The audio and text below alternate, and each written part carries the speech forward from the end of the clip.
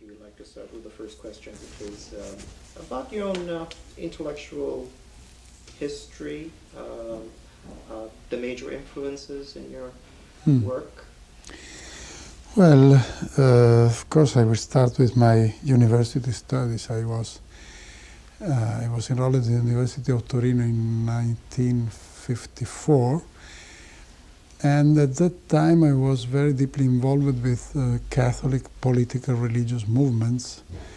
I was even a sort of leader of the Catholic students in Torino. And at the time I met Umberto Eco, by the way. He had just graduated with my, under the guidance of my same professor, Luigi Pareyson, who was teaching at the University of Turin aesthetics. And well, that's to explain that my first interest in philosophy was moved by religious and political interests. I was a reader of Jacques Maritain, I was interested in Emmanuel Mounier. It was a period in which the Italian Catholic public opinion was moving towards what we call the center-left at that moment. We were partisans of the center-left government, for instance. We wanted a larger opening of the Christian Democrats towards the left. I wouldn't say the communists, but at least socialists and so on. So I was involved in a lot of political, theological, religious debates, and that was my starting interest for philosophy, because that was a way of working on my dissertation was on Aristotle and the notion of poiein, of doing. It was a thesis in aesthetics, but it was both inspired by a sort of revision of Thomist neo-scholastic philosophy on the poiein. It was related also to the thesis, to the dissertation of Umberto Eco on the aesthetic of St. Thomas Aquinas, which has been discussed in the same university some years earlier. After I graduated, I started to develop an interest in the Frankfurt School. It was not without relation to my previous studies on Aristotle and my interest in politics and religion, because it was another way of taking distance from modernity in the sense of the mainstream modern philosophy and mainstream modern political thought and so on. The first step had been to try a sort of distancing through a revival of more traditional philosophy, Aristotelian, Thomistic, and so on. And by the same interest, I moved towards the criticism, the critique of modernity and of enlightenment by Adorno.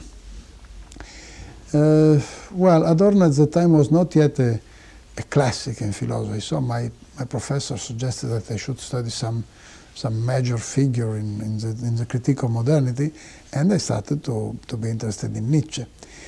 I published my first book on Nietzsche in '67. By the way, my thesis on Aristotle, my dissertation on Aristotle, was published in '61. I started to study immediately Nietzsche in '61, and it was a novelty in Italy too, because it just what has been called the Nietzsche Renaissance started exactly in those years. Also by the fact, because Heidegger had published these 2 volumes of studies on Nietzsche. That's why before publishing a book on Nietzsche in '67, I had to publish a couple of books on Heidegger because I had to study the interpretation Heidegger gave on Nietzsche.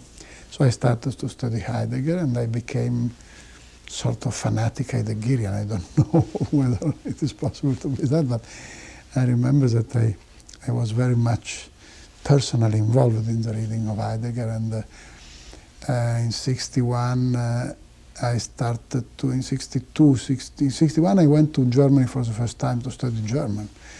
I learned German on the text of Heidegger, which makes it for some time I just spoke the German of Heidegger. But later I got a Humboldt stipendium, and I spent 2 years in Heidelberg studying at the school of Hans-Georg Gadamer and Karl Löwith. in those same years, I started to translate Wahrheit und Methode, the major work by Gadamer, and who was on its turn a student of Heidegger, so it was just Heideggerianism and Nietzscheanism were moving my interest around that.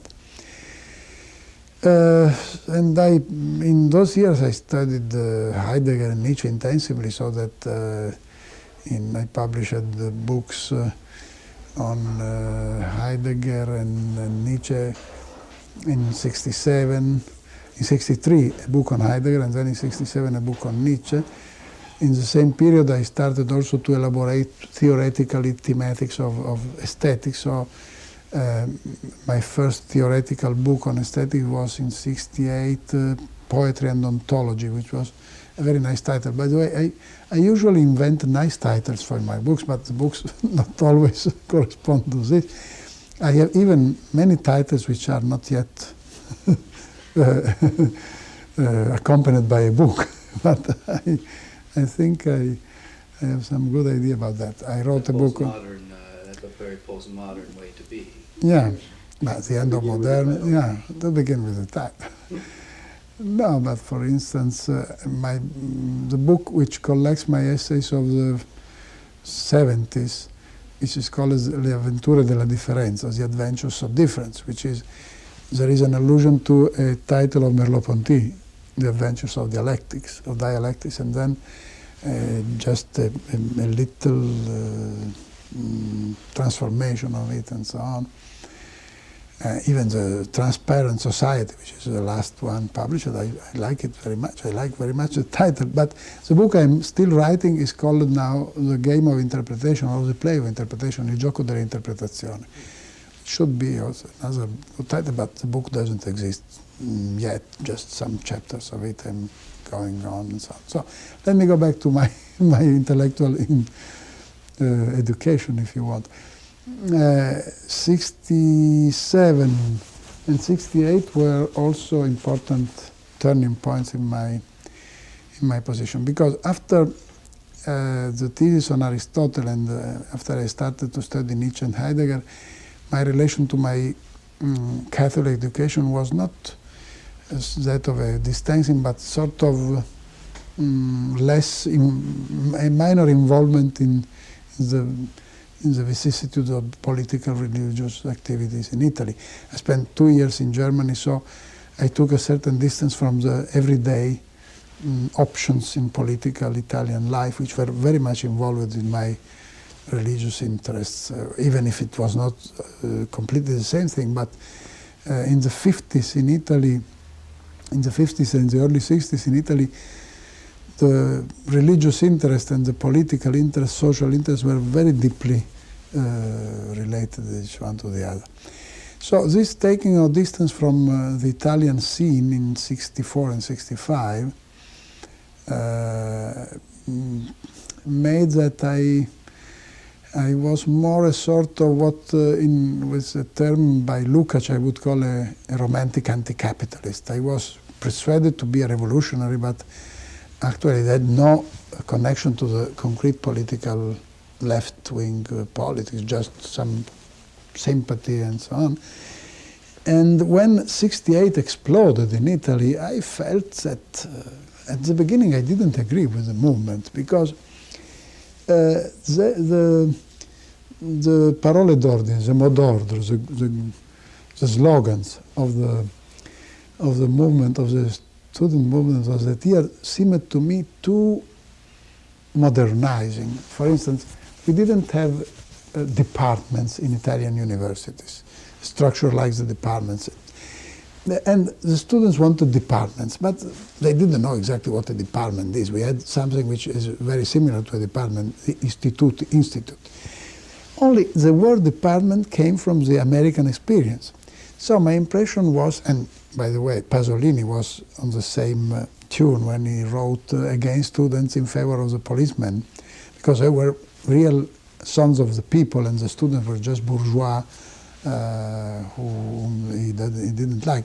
More or less my stance was the same. I mean, I felt that these students who were too rich, too bourgeois, were too too American, so to speak, to be taken seriously as revolutionary people. So at the beginning I was very strongly polemic against the movement. I was already professor, associate professor at the University of Torino. I had all my friends practically belonged to the movement, and it was also a very difficult situation psychological for myself. So that in '68 a sort of illness of my stomach, a ulcus, activated itself very strongly, and I spent 3 or 4 months hospitalized. When I went out, I was a Maoist, as we used to say in Italian at the time. It was very strange because, again, a sort of taking of a distance from the everyday political confrontation with the student movements in the university made that I could reflect upon the question with a little bit more tranquility, so to speak. And I read many books which I hadn't read before so deeply, like, of course, Marcuse. It was, but I read also Kostas Axelos, who was both a leftist and a translator of Heidegger. So I started to elaborate a view of what Heidegger calls metaphysics, which means the technological, objectifying, scientific, even modern, also modern thought, as if it were a sort of reification and alienation in Marx and Lukács' sense, which is not very strange. I mean, it can be very easily done, this connection. And so when I came out of the hospital, I remember it was March the 13th, 1968, I started to feel like a leftist, a more engaged leftist. I used to consider myself a leftist also before, but not so, with some detachment from the movement of the students and so on.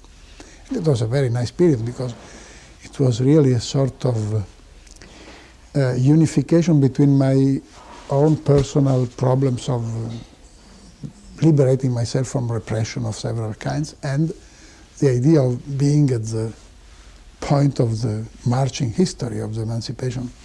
Everybody in '68, more or less, experienced this state of mind. So my ulcus was both healed by the operation and by the movement, I think, because when you feel so well in the world, you call everybody else comrade.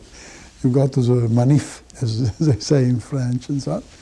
It was a very nice period, and I started to develop this sort of leftist Heideggerianism and Nietzscheanism, which gave rise to my book of '74, which is called The Subject and the Mask, Nietzsche and the Problem of Liberation, which is a huge book, which was, I still would sustain all the interpretative thesis on Nietzsche of that book. Only now I feel that it was too much enthusiastic in relation to the problem of conciliating what I would call a Nietzschean view of liberation with the Marxian revolution. It was still too much a dialectical book. What I didn't see in that book was that the liberation from dominating schemes of the repression, which is also a question in Nietzsche's philosophy, goes so deep into the subject that the ideal of a self-transparent subject, which Marx mutated from Hegel, doesn't hold anymore for Nietzsche. So that I assumed, my stance at that moment was that the sense of Marcuse and of the leftist revisionism of the 60s was that the critique of ideology operated by Marx and this ideal of revolution had to be integrated with the critique of bourgeois subjectivity proposed by Nietzsche in order to complete the revolutionary position. So that the proletariat movement had to unify itself with the content of the avant-garde bourgeois consciousness of the beginning of the century, which was very much influenced by Nietzsche and so on. And this was the thesis of my book of '74.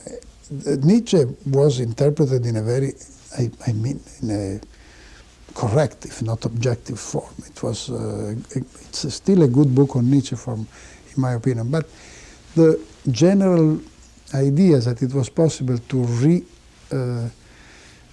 reappropriate a subject under the names of Nietzsche and Marx put together doesn't hold anymore. If a Nietzschean subject doesn't seem to be reappropriable because it is just a much more dissolved subjectivity and so on. This I discovered afterwards. What was important in the 70s, while I was writing my book on Nietzsche, and after for me, was also all the story of the political situation in Italy again, because while I was writing my book on Nietzsche, something else was happening too. It was the transition from the movement to the terrorist period. This was very, very highly impressive for me because it was a way of constating practically that the revolutionary stance, Leninist, very strongly voluntaristic, even to the point of taking arms, weapons against the government and the society, could not be allied with a sort of interior transformation was Nietzscheanism. The very image of the professional revolutionary, which was to be seen in those years, in the people who lived in clandestinity, fight against bourgeois society by the bombs, by the weapons and so on, was a sort of revelation of the impossibility of mixing together Nietzscheanism and Marxism, or Heideggerianism and Marxism. So parallel to the development in Italy of what was called autonomia, or many movements which were no longer Leninist, which were sort of trying to dislocate revolution on the level of private relations.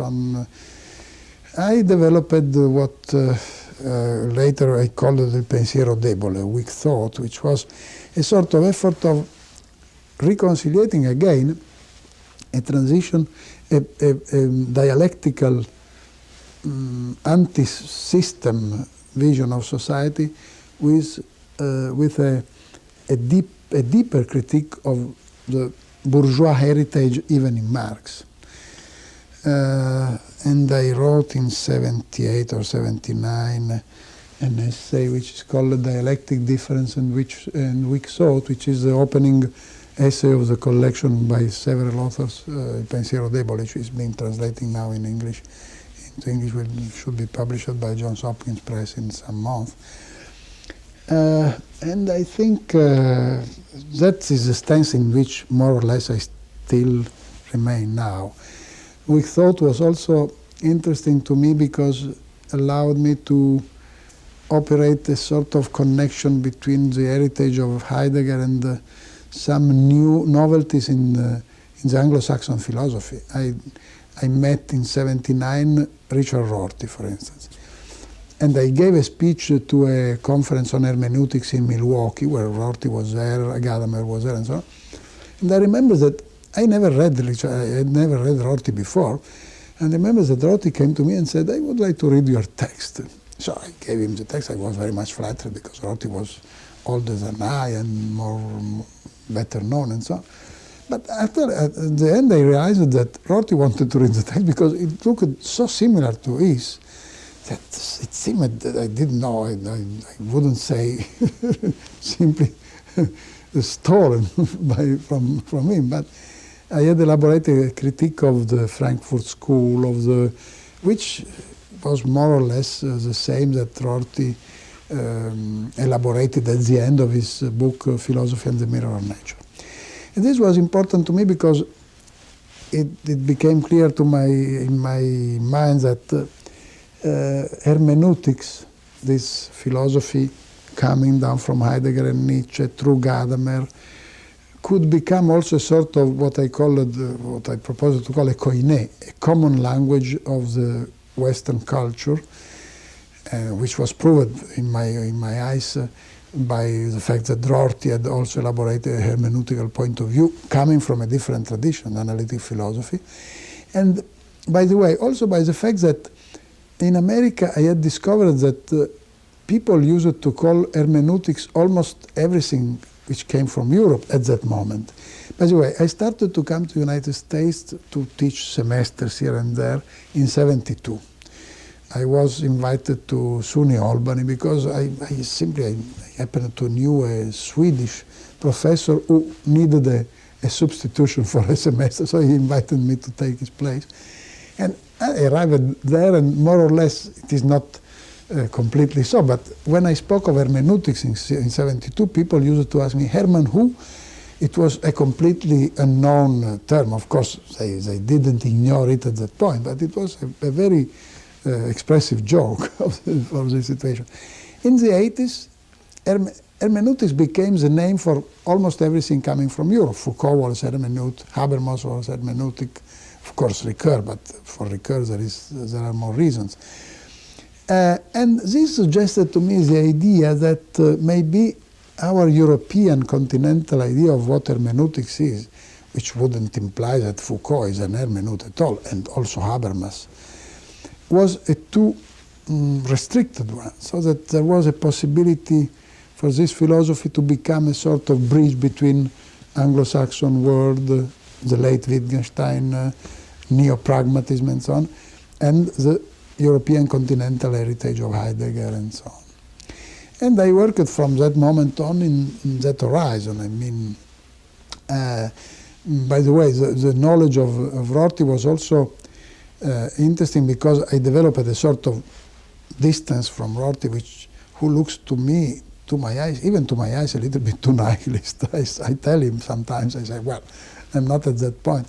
Because, so that weak thought distinguished itself from, say, the pragmatism of Rorty by through a stronger emphasis upon what Heidegger calls the destiny of being. I mean, I cannot accept, I don't see how I could agree with Rorty saying that, okay, we have just, philosophies are just different vocabularies to describe our experience, and we choose the one or the other on the basis of, and it's difficult on the basis, to say on the basis of which.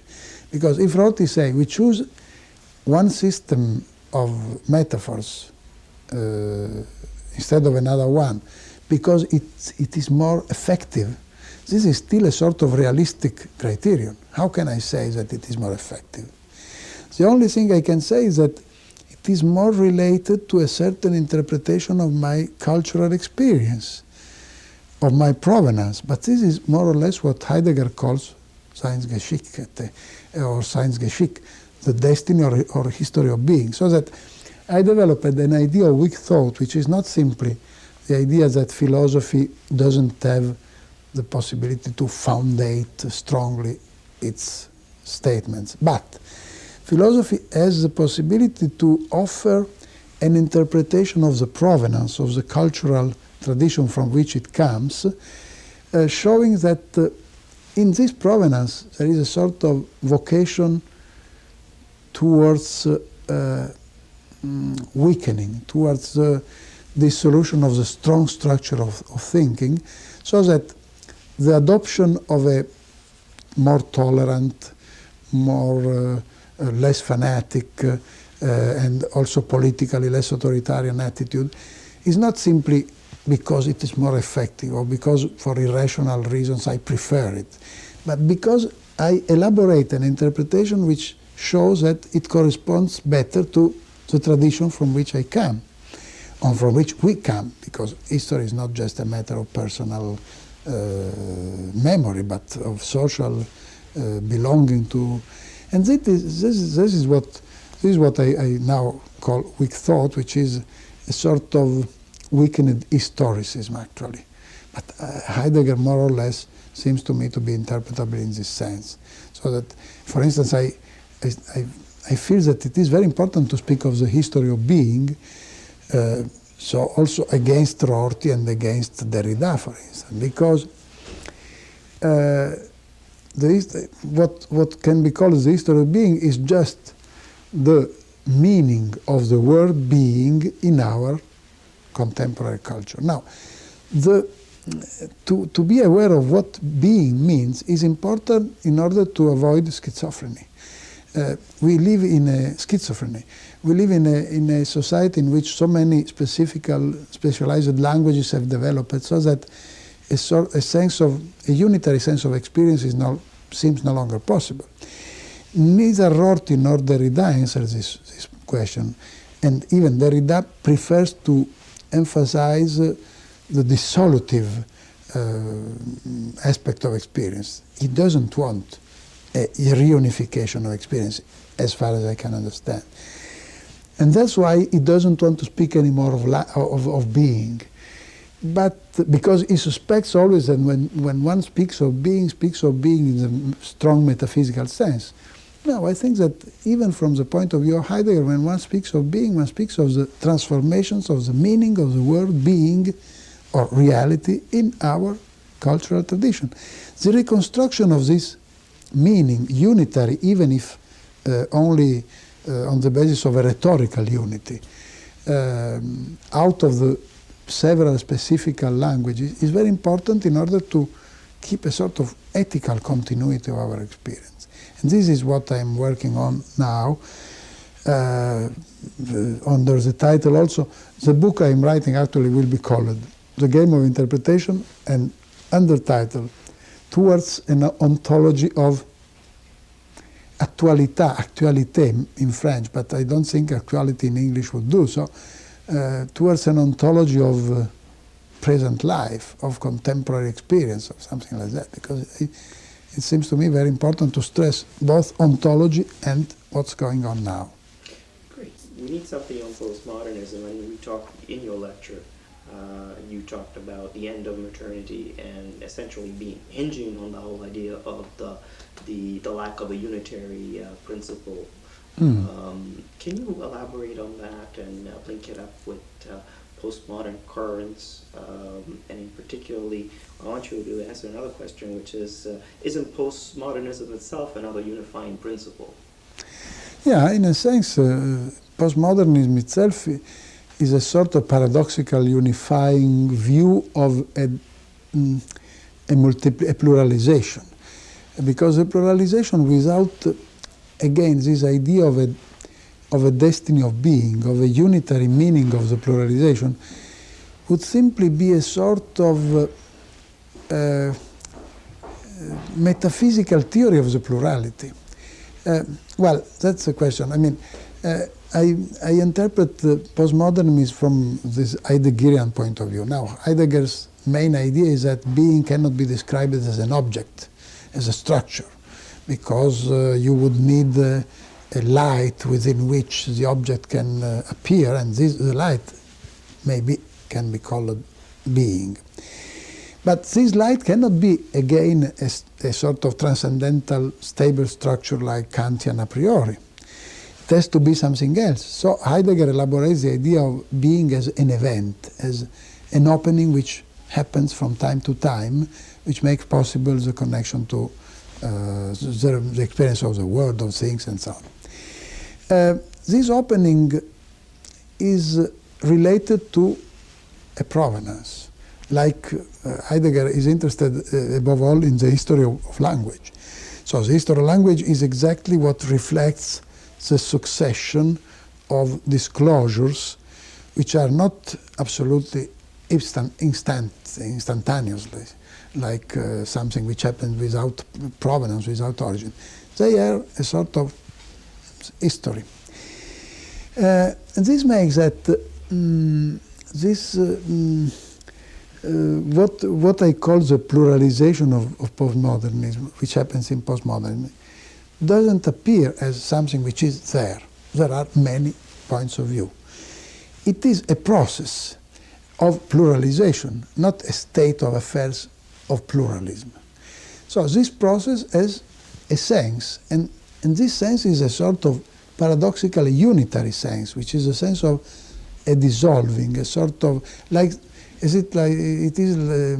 to say the sense of modern history is the loss of foundation, or nihilism, as Nietzsche said. But nihilism, if you view it from the point of view of authoritative structure in society, tolerance, and so on, is not so bad as it looks. I mean, nihilism means that our history has a sense. The sense is the dissolution of the unitary, strong, authoritative, imposive structures of the traditional thought, metaphysics, ethics, politics, authoritarian regimes, and so on. Now, modernity had already this sense, but at a certain extent, still wanted to establish strong structures.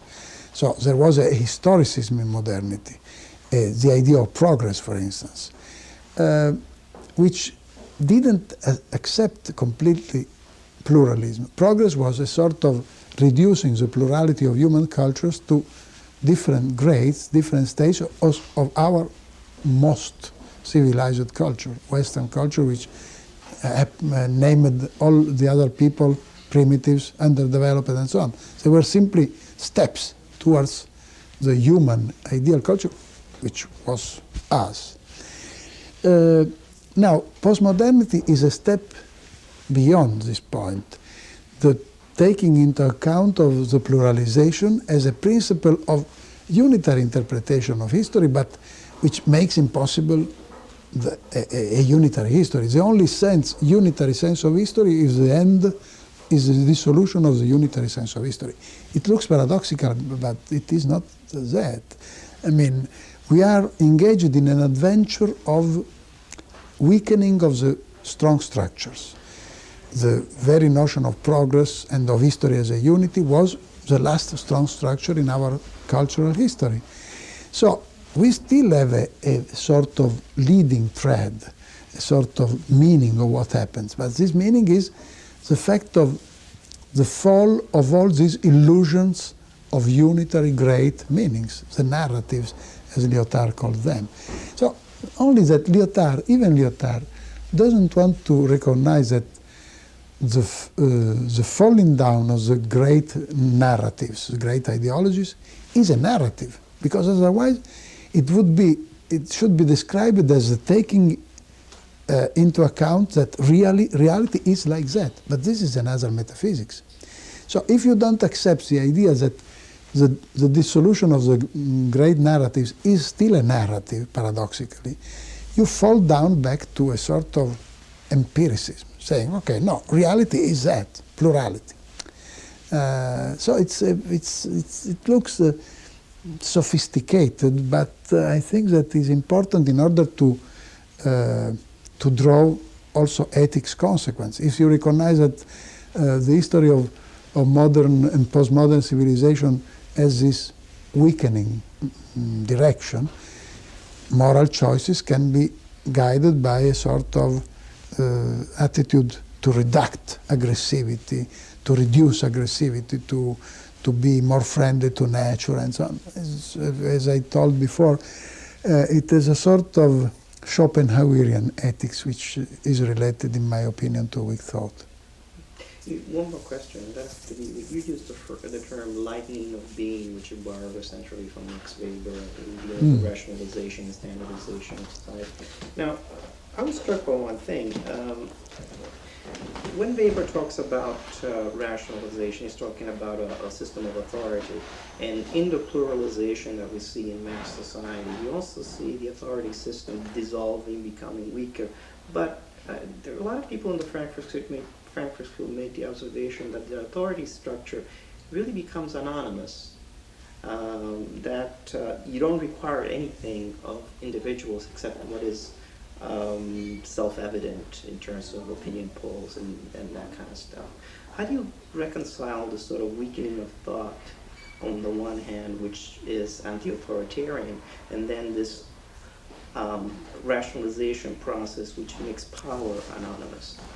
By the way, when I mention Weber, I don't assume that I interpret him completely and faithfully. I mean, I take the idea of modernization as a rationalization which involves a sort of dissolution of the centralities. In a sense, also bureaucracy is this sort of multiplication of a network in which it is more and more difficult to recognize the heart, the chief point, and so on.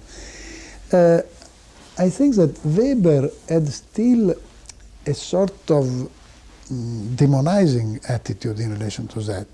He was not very content with the bureaucratization. Well, it's better than traditional power, in his opinion, but it involves risks. Now, I think that, and the Frankfurt School, in a sense, continues this idea of, even more, of course, than Weber, mistrust of what rationalization means. Well, as to Weber, I think that he remains within a sort of irrationalistic attitude of the beginning of the century. Weber could be considered a good interpreter of Nietzsche, for instance, for many reasons.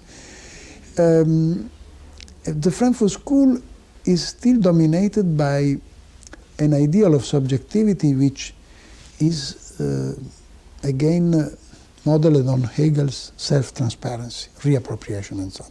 So I don't agree with the criticism of modern rationalization based upon this ideal of subjectivity as reappropriating subject. I try to see in the in the dissolution of the power system into an anonymous bureaucratic network, also some positive implications. I was confronted, often in Italy one is confronted with the idea that, well, fascism was bad, but also this democracy in which we are dominated by commercials is bad. But nobody would like to go back to fascism from the commercials. So which is the difference? The difference is that as far as the authority and power depersonalize themselves, become anonymous, objective, functional relations. Of course, there is still some authoritarian character in society of this kind, but it's infinitely better than that. And there is also a possibility that the power itself has a vocation to dissolve. There is a paradoxical experience in Italy which may be cited as an example, I don't know, because it's very ambiguous, but in Italy, much of what happens positively in terms of economy and so on is made despite the structure of the power, not in virtue of the power, not against it, but we have a sort of strange Latin system of compensation which makes that really the governability of the system is very low. But the system works nevertheless, taking advantage of this dysfunctioning of the power system. So the idea that I have in mind is that the Weberian development of the bureaucratization may also involve sort of possibilities of skipping away, of how do you call glissé in glittering, escaping the power by the way of sort of lateral, not by taking the power as in the Russian Revolution. And this idea was always in my mind when I confronted with the Italian terrorists in the 70s. They wanted to hit the heart of the power. But there is no heart of the power. If it's there, the power is over there, and so on. This is not simply a way of self-defense of the power. It's also a way of diminishing the imposiveness of the power on us. So, again, it is not a necessary process, but it is a chance which neither Frankfurt School nor Weber in the classic sense had understood, maybe, in my opinion, because of philosophical prejudice, because of an insufficient critique of the traditional idea of metaphysical being, of metaphysical subjectivity, and so on and so forth.